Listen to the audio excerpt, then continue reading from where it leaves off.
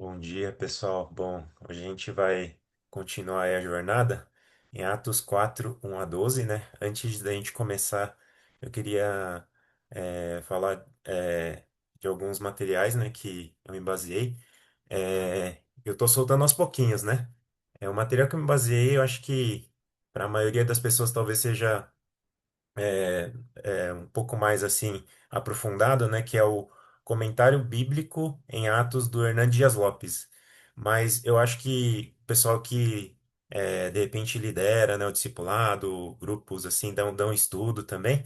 É o pessoal dessa que lidera outras pessoas, é um comentário bem interessante porque ele é mais prático, né, do que a maioria é menos comprido, né, também as explicações, né? Então fica uma recomendação para você.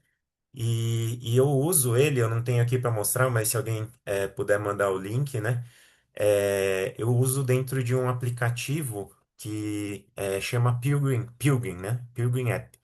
E é tipo uma assinatura, né? Uma biblioteca cristã muito boa, que tem vários livros digitais e você faz uma assinatura por mês que não é tão alto assim, e você tem acesso tipo, muitos livros digitais muito bons, cristãos, né? E você lá pode ler à vontade aí, pesquisar, né? Então fica uma recomendação para você. Ali você tem livros aí que todo mundo vai poder ler, vai poder gostar aí, para se aprofundar mais na leitura bíblica, no conhecimento de Deus, né? Então, é esse material aí que eu me baseei hoje, né? E como eu perguntei ontem pro pastor Joel, né? Eu falei: "Ei, como é que foi o feedback do pessoal, né?" Aí o pessoal falou: "Não, o pessoal tá gostando, sim. Eles acham que é legal se aprofundar mesmo, da gente poder estudar um pouco mais a fundo." Então, hoje, nessa primeira parte, eu vou também trazer um pouco mais do contexto, né? Então, eu sei que às vezes fica um pouquinho mais de informação, mas se você puder, né? Não se você estiver dirigindo, mas se você puder anotar e tal, fica legal porque eu vou trazer algumas informações que eu acho que vai acrescentar para a gente entender melhor o trecho de hoje. Então, trazendo um pouco do que a gente estava vendo, né? A gente, quando a Cris, né?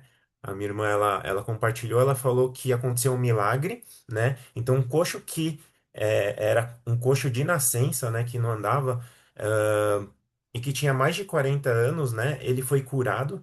E Pedro, então, ele prega pela segunda vez e a igreja cresce de 3.000 para 5.000 membros, né? Então, a gente vai ver hoje que aparece um grupo aí chamado Sinédrio, né? Que é um nome meio diferente. E que no versículo 2 do capítulo 4 de hoje, a gente vai ver que esse Sinédrio ele fica muito preocupado, né? Uma porque eles se sentem muito ameaçados, porque até antes eles eram os líderes religiosos que dominavam, né? Ali. E outra porque dentro desse Sinédrio tem uns caras chamados saduceus, né, que aparece aqui, que a gente lê, quando a gente lê, e que é um grupo que fazia parte desse sinédrio. Então, esses saduceus, eles não acreditavam em ressurreição, então eles ficavam bem incomodados, porque Pedro, né, sempre que ele pregava cristocentricamente, né, sempre falando de Jesus, falando que Jesus estava vivo, que ele tinha ressuscitado e por isso que ele poderia perdoar nossos pecados, ele era Senhor, né, ele é Senhor das nossas vidas. Então, eles ficavam muito bravos com Pedro, né? Então, também retomando o que o pastor Joel falou ontem, né? A igreja de Atos, ela não era mais um grupinho pequeno, isolado, mas ela estava virando, né, bem relevante para a cidade inteira. Então, só para a gente ter uma noção, né, algumas pessoas, dei uma pesquisada aqui, algumas pessoas falam que, os estudiosos, né, falam que a cidade de Jerusalém tinha uma média de 80.000 habitantes que moravam fixos lá, né? Então, você pensar que essa igreja nova, né, já tinha alcançado 5.000 convertidas, né? Significa que do nada, né, do 0% ela foi para 6% da cidade. Então, essa foi uma das coisas que fez, então, esse pessoal, né, do Sinédrio, a partir desse capítulo para frente, começar a perseguir a igreja. Então, a gente vai começar a perceber essa perseguição contra a igreja, contra os líderes da igreja, que são os apóstolos, e que nesse trecho aqui os líderes que aparece aqui é Pedro e João, que eram os principais líderes dessa igreja. Então, é, Mas assim, eu acho que o mais legal aqui, o mais impressionante é que essa igreja, né, apesar dela estar sendo perseguida, apesar dos líderes estarem sendo pressionados e presos, né, a gente espera, né, esperava, né, que o povo começasse a ficar com medo e falasse assim, olha, eu não quero me envolver mais com essa igreja não, né, com esse negócio de crer em Jesus, né, é, eu não quero nem me batizar porque, nossa, né? Tipo, começar a ser perseguida eu não quero, não. Mas o que a gente vê, na verdade, é o contrário, né? A igreja, em vez de diminuir, ela cresce mais. Quanto mais Pedro pregava, mais as pessoas queriam receber a salvação, né? Se converter a Jesus, né? É, e a gente vê também que os apóstolos começam então a pregar, né, Jesus com mais coragem ainda. Então eu queria ler com vocês Atos 4, 1 a 12, se você puder acompanhar aí. Versículo 1. Enquanto falavam ao povo, Pedro e João foram confrontados pelos sacerdotes, pelo capitão da guarda do templo e por alguns saduceus. Os líderes estavam muito perturbados porque Pedro e João ensinavam ao povo que em Jesus há a ressurreição dos mortos. Eles o prenderam e, como já anoitecia, os colocaram na prisão até a manhã seguinte. Muitos que tinham ouvido a mensagem creram, totalizando agora cerca de 5.000 homens. No dia seguinte, o conselho das autoridades dos líderes do povo e dos mestres da lei se reuniu em Jerusalém. Estavam ali Anás, o sumo sacerdote, e também Caifás, João, Alexandre e outros parentes do sumo sacerdote. Mandaram trazer Pedro e João e os interrogaram. Com que poder ou em nome de quem vocês fizeram isso? Cheio do Espírito Santo, Pedro lhes respondeu: autoridades e líderes do povo, estamos sendo interrogados hoje porque realizamos uma boa ação em favor de um aleijado e os senhores querem saber como ele foi curado. Saibam, senhores, e todo o povo de Israel, que ele foi curado pelo nome de Jesus Cristo, o Nazareno, a quem os senhores crucificaram, mas a quem Deus ressuscitou dos mortos. Pois é a respeito desse Jesus que se diz: a pedra que vocês, os construtores, rejeitaram, se tornou a pedra angular. Não há salvação em nenhum outro, não há nenhum outro nome debaixo do céu, em toda a humanidade, por meio do qual devamos ser salvos. Então, eu queria como no última devocional que eu compartilhei, né? Eu queria pensar em três perguntas. Então, a primeira pergunta é quantas partes tem esse trecho? A segunda é como os discípulos se comportam diante da perseguição? E a terceira é para quem eles estão falando. A primeira parte é aquela divisão que a gente faz normalmente para poder entender melhor, e a gente pode dividir então em três partes, né? A primeira parte é que Pedro e João eles são presos e interrogados. A segunda é que Pedro, cheio do Espírito Santo, responde aos líderes religiosos e ele prega sobre Jesus. E a terceira, nossa, é a mais legal para mim, é quando Pedro faz uma afirmação teológica super importante sobre Jesus. Ele fala: não há salvação em nenhum outro, não existe nenhum nome debaixo do céu pelo qual a gente deva ser salvo, né? Então, essa é a primeira pergunta. A segunda é: como os discípulos se comportam então diante dessa perseguição? E aqui a gente vê aquela coragem, né, que os discípulos recebem depois de ser revestido, ser batizado no Espírito. Então, aqui a gente vê uma diferença, de novo, né, na postura dos discípulos. Como a gente tem falado bastante, né, a diferença entre a postura deles antes, né, e agora em Atos a gente vê uma mudança muito grande neles, né? Só queria relembrar um trecho lá em João 20:19, que quando os discípulos, depois que Jesus tinha ressuscitado, os discípulos, mesmo sabendo da ressurreição de Jesus, eles ficam sabendo também que eles iam ser perseguidos. O que que acontece em João 20:19? Fala que os discípulos estavam trancados com medo. Eu queria ler esse versículo. Estando os discípulos a portas trancadas com medo dos judeus, Jesus entrou, depois de ter ressuscitado, né, e se pôs no meio deles, né? Isso foi depois de Jesus ressuscitar, mas antes deles terem recebido esse poder do Espírito Santo sendo derramado sobre eles, né?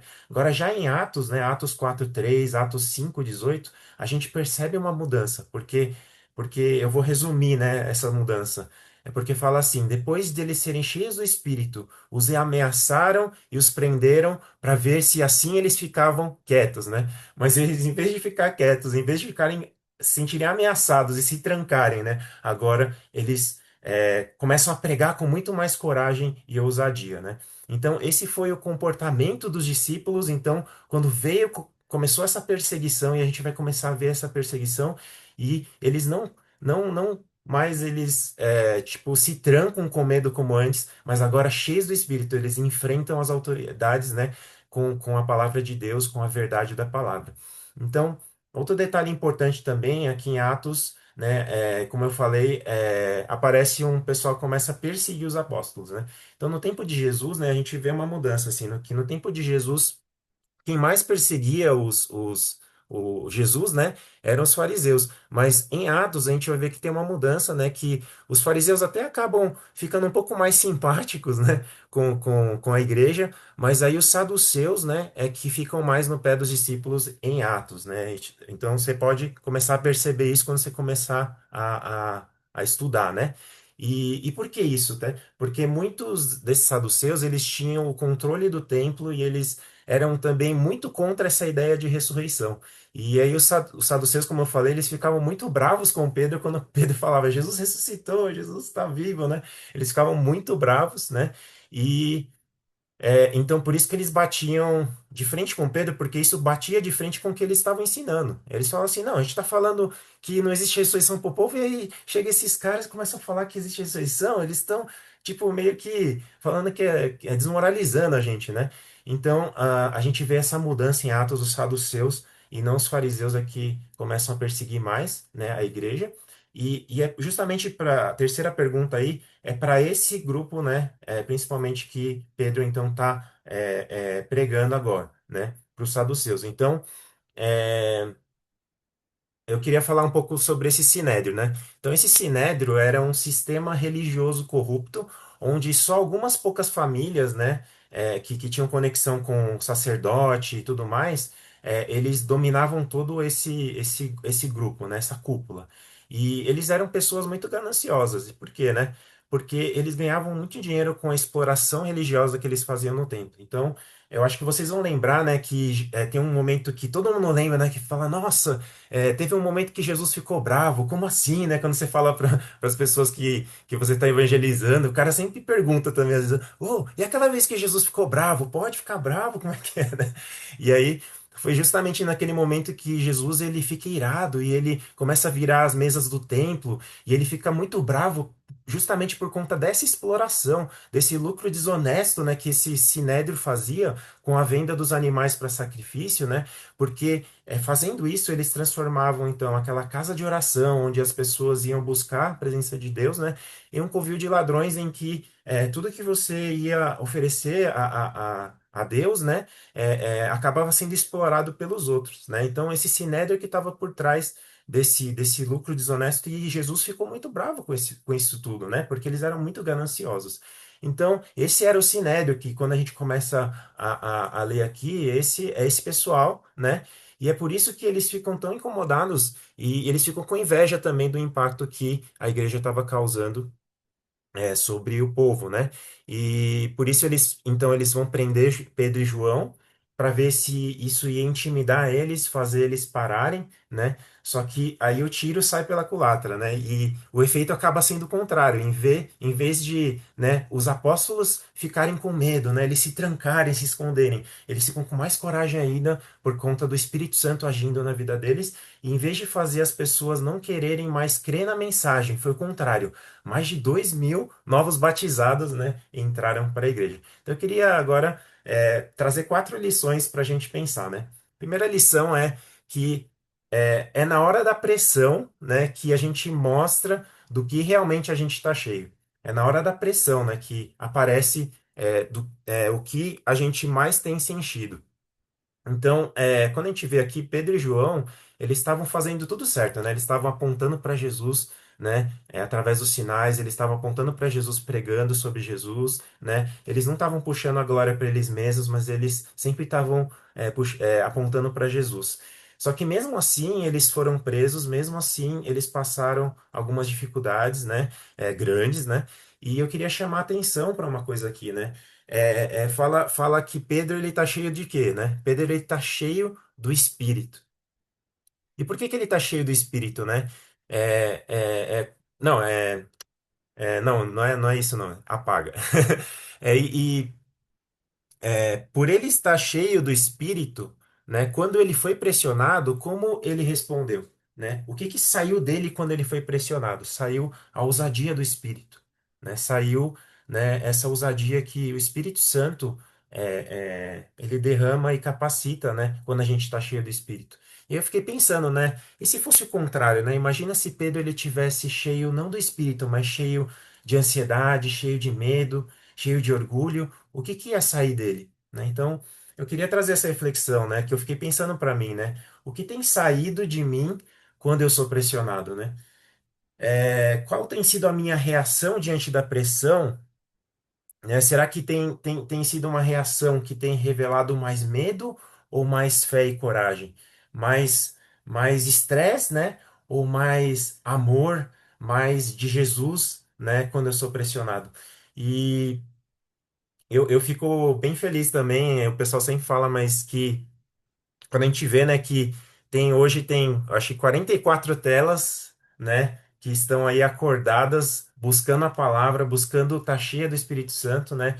E quando a gente fica cheio do Espírito, né, e até o pastor Douglas Gonçalves, que a gente sempre fala aqui, ele fala isso, né? Quando a gente fica cheio do Espírito, né, quando vem a pressão, né, não sai estresse, né, mas sai amor, sai Jesus, né, sai uma fé, né? Uma confiança maior no Senhor e sai ousadia e coragem também, né? Então, essa é a primeira aplicação que eu queria que a gente pensasse, né? Que hoje você possa sair daqui, né? Revestido dessa coragem, cheio desse espírito, para que, mesmo que hoje você enfrente algumas pressões no seu dia, você possa, né, transbordar daquilo que você está cheio, que é cheio do Espírito Santo. Agora, a segunda lição: nem todo problema, né, que você enfrenta significa que você está fora da vontade de Deus, né? Não é porque você aparece problema, aparece imprevisto, né, que você tá fazendo alguma coisa errada, né? Em Atos é muito legal porque aqui deu problema assim, né? Os dois maiores líderes da igreja eles foram presos, né? E aí o pessoal podia pensar assim, e agora, né? Os dois maiores líderes foram presos, né? E agora? E agora nada, né? Porque aos olhos humanos até parece que estava dando ruim, que ia dar tudo errado, né? Só que para Deus estava dando tudo certo. E por quê? Porque depois dessa prisão, a igreja, né, e o céu ganharam mais de 2.000 filhos para Deus. Então, eu não sei você, né, mas eu já pensei isso várias vezes, né? Quando acontece um problema comigo, às vezes eu fico pensando assim, eu acho que o que eu tô fazendo não é de Deus, né? Eu acho que eu devo ter errado em alguma coisa. Só que depois eu fui aprendendo que não é isso, né? E em Atos, foi justamente a perseguição que provou que tudo aquilo que a igreja estava fazendo era de Deus. E o efeito era contrário, né? Quanto mais a igreja enfrentava problema. Quanto mais problema aparecia, né, enquanto eles estavam é, avançando, né, mais rápido ela crescia. Então, a presença de Deus, ela não anula, às vezes, oposições que a gente pode enfrentar. Também a presença de Deus na nossa vida não faz as dificuldades sumirem, os problemas sumirem. Às vezes até atrai problemas, né? De vez em quando. É, e eu queria que a gente pensasse também sobre a questão da batalha espiritual, né? Porque quando a gente serve a Deus, às vezes a gente passa por algumas batalhas espirituais, né? E como a gente sempre tem falado aqui, a gente não precisa ter medo da batalha espiritual. E por quê? Porque o diabo, ele não é tão poderoso assim, né? Deus é muito mais, né? E a gente sempre tem aquela figura, né, de que Deus é como se fosse um elefante, né? E o diabo é uma formiga. Então, assim, as forças são completamente, assim, sem comparação. Mas uma coisa que eu aprendi, né, é o seguinte: sempre que vem uma batalha espiritual, né, em vez de eu reclamar, eu tento sempre agradecer a Deus. E por quê? Porque se tem batalhas, se tem oposição acontecendo, como estava acontecendo aqui, né, se tem o inimigo, ele está incomodado com aquilo que a gente tá se propondo a fazer para Deus, então quer dizer que eu estou no caminho certo. né? Porque se eu estivesse no caminho errado, o inimigo não estava nem aí para mim, né? Mas se eu tô no caminho certo, se eu tô incomodando, né? Então quer dizer que eu tô no caminho certo, então a gente tem que agradecer a Deus que a gente está no caminho certo e pedir para Deus, olha, Deus me reveste, reveste a minha família, né? Que eu sei que o Senhor vai estar cuidando, o Senhor vai estar indo à frente. E aí você vai avançando com o coração bem mais tranquilo e aliviado. Então eu queria que a gente pensasse, né? Tem algo que eu preciso fazer, né? Algo que é uma coisa certa que eu preciso fazer, mas eu tenho fugido de lidar só para evitar problema, só para evitar conflito para mim, né? Talvez você precisa ter uma conversa séria, né, com alguém, você precisa chamar a atenção dessa pessoa para que ela volte para Deus, né? É, talvez uma conversa olho a olho com alguém que você, talvez você sabe que você precisa ter com alguém, mas você tem fugido, né?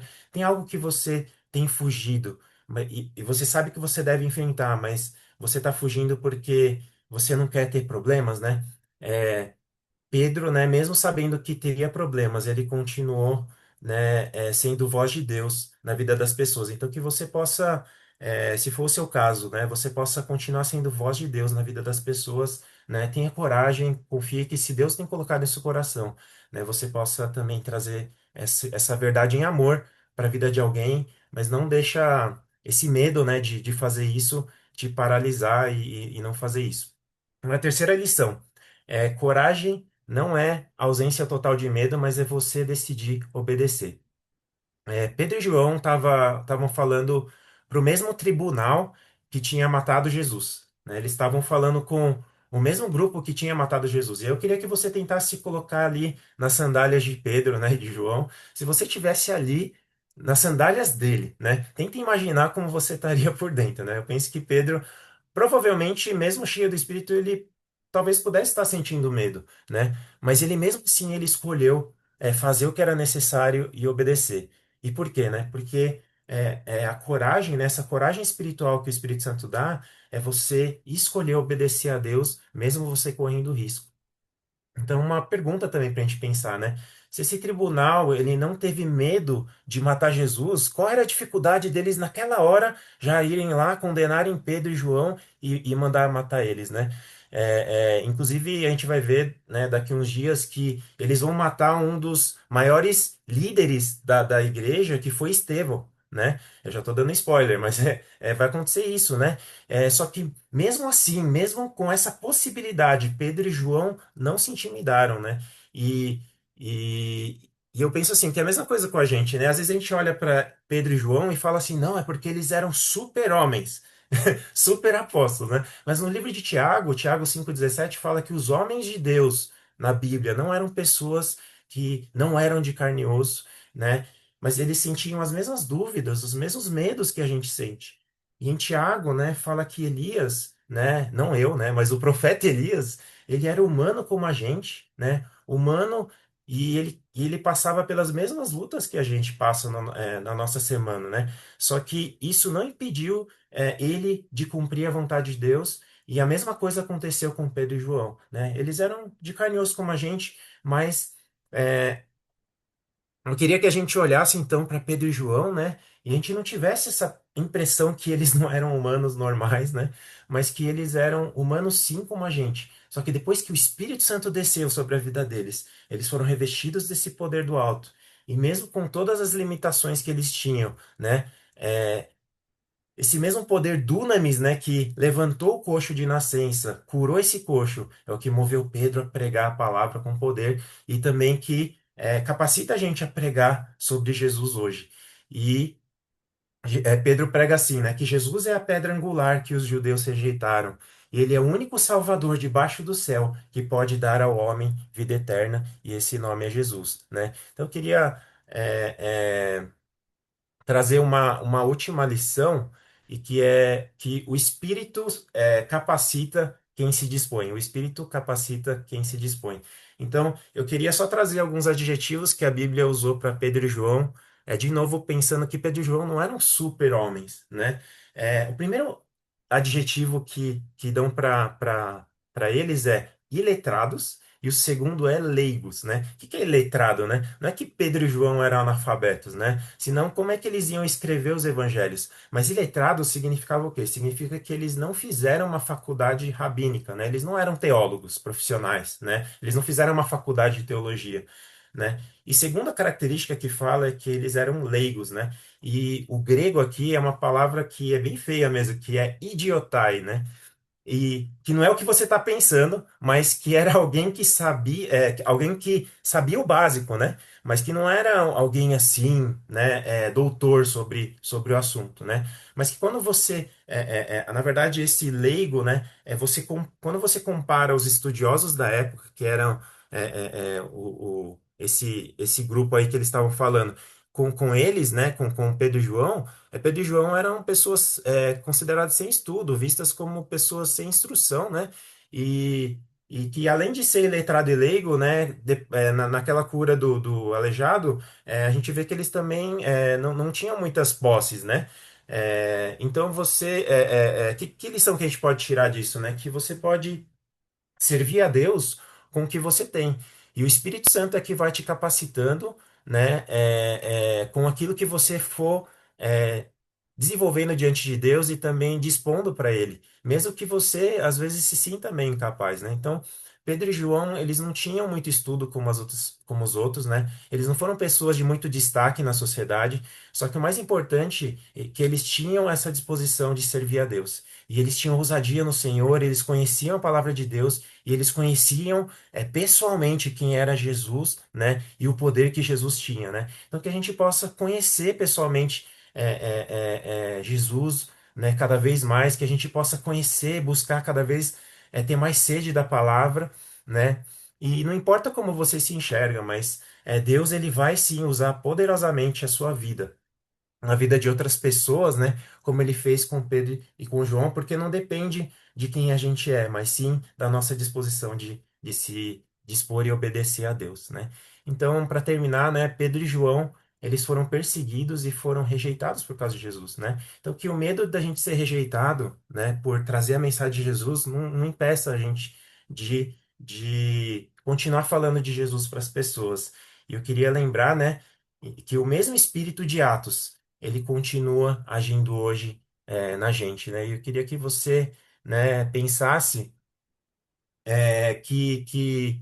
que quando a gente vê o Espírito Santo agindo na vida dos discípulos em Atos, isso não é uma exceção, mas é um modelo para a gente, né? É uma inspiração para a gente, porque o mesmo Espírito que deu ousadia para Pedro, ele habita em você. O mesmo Espírito que capacitou Pedro, ele também quer capacitar a gente hoje, quer ser derramado sobre a gente hoje, né? E então que Deus, né, possa continuar guiando a gente nessa busca, nessa jornada, que a gente continue clamando a Deus com fome e sede dele, né? Com fome e sede na palavra dele, tá bom? Então eu queria terminar com uma oração. Pai, obrigado, Senhor, por essa manhã, obrigado porque a gente pode começar essa semana de trabalho, Senhor, na tua presença, diante da tua palavra, Senhor, e a gente quer pedir, Senhor, que a gente possa ser cheio, Senhor, cada vez mais da tua presença, Senhor, para que, mesmo que a gente tenha que enfrentar momentos de pressões, Senhor, a gente. O que possa sair da gente não seja a nossa carne, não seja o nosso medo, né? Que a gente não se esconda, Senhor, mas que o que possa sair de nós é aquilo que mais a gente quer ser enchido e a gente tem buscado ser enchido, que é ser enchido do teu amor, Senhor, é, enchido do teu caráter, Senhor, e nós queremos ser cheios do Senhor, Senhor, para que nos momentos de pressão as pessoas ao nosso redor possam ser transbordadas, Senhor, realmente do Senhor, daquilo que o Senhor tem para elas, Senhor. Então, Pai, abençoa, Senhor, cada vida que tem te buscado aqui e que nós possamos ser as tuas mãos, os teus pés, Senhor, a tua boca e o teu coração, Senhor, na vida das pessoas ao nosso redor nesse dia e também nessa semana, Senhor. Que possamos ser igreja, Senhor, em cada lugar que a gente estiver. Abençoa, Senhor, as nossas vidas e obrigado, Senhor, por eh, nos visitar, Senhor, nesse momento através dessa palavra, Senhor. E o Senhor esteja conosco, Senhor, durante todo esse dia. Em nome de Jesus. Amém.